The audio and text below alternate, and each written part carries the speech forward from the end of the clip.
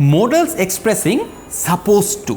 এখন suppose two কথাটার মানে হচ্ছে হওয়ার কথা, হওয়ার কথা মানে হতেই পারে সেটা বলছি না, কিন্তু বলছি যে এটাই হওয়ার কথা, যে I am suppose to do this, he is suppose to do this, এই ধরনের সাপোজ টু যেই এক্সপ্রেশনটা রয়েছে সেইটা বোঝানোর কথা হচ্ছে। এই সাপোজ টু কথাটা বোঝানো হয় শুড মোডালটা দ্বারা। কীভাবে করে বোঝানো যেতে পারে? Rakib should be at the venue by now, অর্থাৎ বলতে চাচ্ছি যে রাকিবের এতক্ষণে ভেন্যুতে চলে আসবার কথা।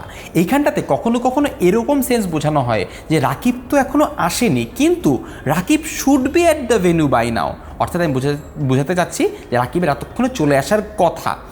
They should arrive before midnight, অর্থাৎ হয়তো কেউ দুশ্চিন্তা করছে যে তারা এখনও আসছে না কেন, তুমি বলছো যে দে শুড অ্যারাইভ, তাদের মিডনাইটের আগেই তাদের চলে আসার কথা।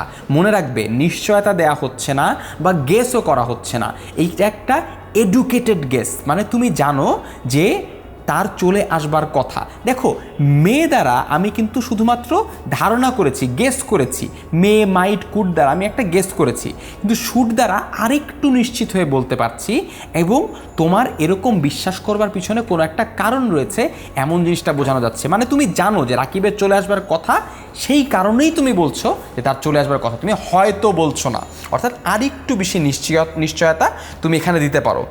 এই জিনিসটা আমরা বর্তমানে দেখলাম, Rakib should be at the venue by now এবং they should arrive before midnight.